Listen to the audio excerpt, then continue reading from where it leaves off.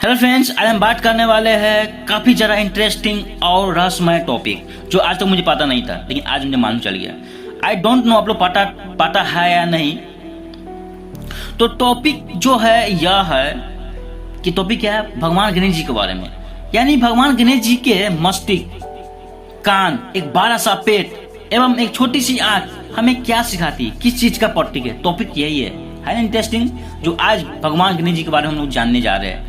उनके कुछ पार्ट्स के बारे में जानने जा रहे हैं। उनके पार्ट्स का रहस्य है, उनका मतलब है, यानी जैसे तिरंगा का है ना, तिरंगा के 3 कलर का प्रतीक, उसका भी किसी चीज का प्रतीक है। उसी तरह भगवान गणेश जी के कुछ पार्ट्स के भी प्रतीक है। उस प्रतीक को आज हम जानेंगे, सीखेंगे, समझेंगे इस वीडियो में। यह वीडियो काफी ज्यादा इंटरेस्टिंग होने वाली है और रहस्यमय होने वाली है।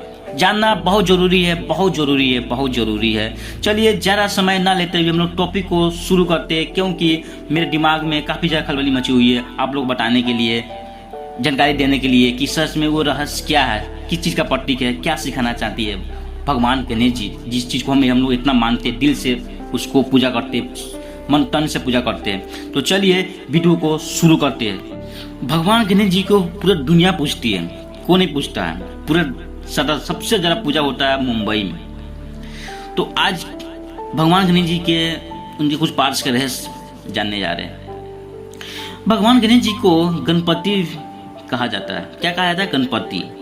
यानी उनका दूसरा नाम क्या है? गणपति।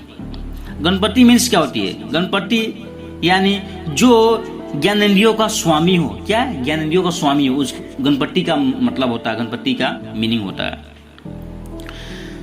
अब वीडियो को आगे बढ़ाते हैं, यानी जानते हैं उनके पार्ट्स के बारे में। तो जो पहले पार्ट्स क्या है? मस्तिष्क यानी मस्तक। मस्तक से हमें क्या सीखते हैं? मस्तक किस चीज का प्रतीक है? तो भगवान गणेश जी का 12 मस्तक हमें एक चिंतनशील और विचारवान व्यक्ति बनने के लिए प्रेरित करता है। चिंतनशील का मतलब क्या हुआ? यानी हम लोग क्या करते हैं? खाली चिंता करते हैं, लेकिन चिंता नहीं करते, यानी उसके सोल्यूशन पर ध्यान नहीं देते। हम लोग को उसके सोल्यूशन में ध्यान देना चाहिए, चिंता को छोड़कर। चिंता करनी नहीं चाहिए, चिंता चीता का समान होता है, इसलिए इंसान को चिंता नहीं करना चाहिए। क्या? उसके सोल्यूशन पे, उसका प्रॉब्लम के सोल्यूशन क्या है उस पर फोकस करना चाहिए। दूसरी क्या है? विचारवान। हमारे विचार काफी ज्यादा सुशील होना चाहिए, काफी मीठा होना चाहिए। मेरे विचार से, मेरी बात से किसी को ठेस नहीं पहुंचना चाहिए, किसी को दुख नहीं होना चाहिए। हमेशा मेरे बात से, मेरे विचार से किसी को भलाई हो जाए, यह सिखाना चाह रही है। तो आगे बढ़ते हैं। पहले टॉपिक आपको काफी क्लियर हो गए होंगे। तो चलिए दूसरे टॉपिक पे आते हैं, दूसरा उसको पार्ट। दूसरा पार्ट क्या है? भगवान गणेश जी का कान। तो भगवान गणेश जी के कान से हमें क्या सीखती है, क्या सीख मिलती है, क्या सीखते हैं? तो भगवान गणेश जी के बड़े बड़े कान, जिसके कारण भगवान गणेश जी को गजानन भी कहा जाता है। क्या? गजानन भी कहा जाता है। गजानन भी कहा जाता है।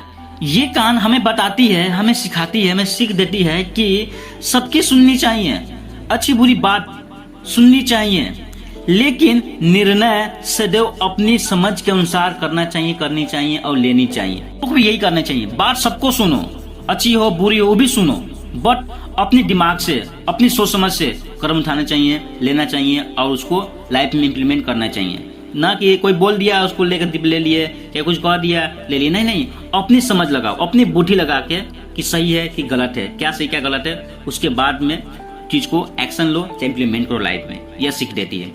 चलिए थर्ड लेसन हम लोग सीखने जा रहे हैं। थर्ड लेसन सीखेंगे। थर्ड पार्ट क्या उनके क्या है?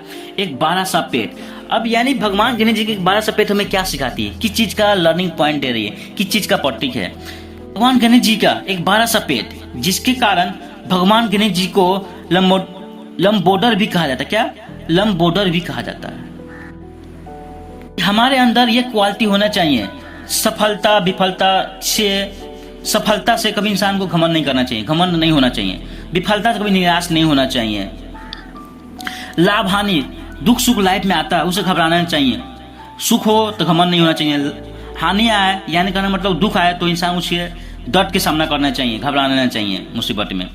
अच्छी बुरी बात कोई भी हो, कोई बहुत इंसान है जो कभी कभी आपको बुरा भी बोल देता होगा, खराब भी बोल देता है, तो उसको दिल पे नहीं लेना, उसको इग्नोर कर देना है। अगर दिल पे ले लिए तो वो आपको ठेस लगेगा, आपको दुख एहसास कराएगा, दुख देगा। अगर आप दिल पे नहीं लेते, उसको इग्नोर कर देते हैं, तो आपको दुख का कारण नहीं बनेगा, आपको दुख नहीं मिलेगा, आपको दुख नहीं होगा। सबको पचा लेना चाहिए, सबको उस चीज को इग्नोर करते करते लाइफ में आगे बढ़ना चाहिए, अपने गोल की तरफ, अपने लाइफ की तरफ, अपने जीवन की तरफ। और लास्ट और आखिरी, यानी एक छोटी सी आंख से हमें क्या सीखते हैं, क्या सीख देती है, क्या मतलब है, आज वो जानेंगे। चलिए उस चीज को भी जान लेते हैं।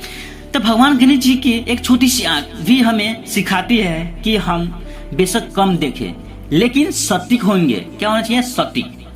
यानी ओवरऑल कहा जाए तो हमारी दृष्टि और दृष्टिकोण दोनों क्या होना चाहिए? संमित और अपने टारगेट के प्रति ओरिएंटेड होना चाहिए। हमारी पूरी नजर गोल पे होना चाहिए, एकदम वफादारी के कारण, एकदम ईमानदारी से हमारी दृष्टि एकदम सही होनी चाहिए, हमारा दृष्टिकोण एकदम क्लियर होना चाहिए। यह सीख मिलती है, हमको मिलती है। आई थिंक ये वीडियो आपको बहुत पसंद आएगा, बहुत अच्छा लगा होगा। मुझे तो अच्छा लगा, लेकिन आप लोगों को क्या लगेगा? Just give me the feedback and just comment in this video and very like this video and share this video and one more thing, thank you so much, best of luck, जय हिंद जय भारत।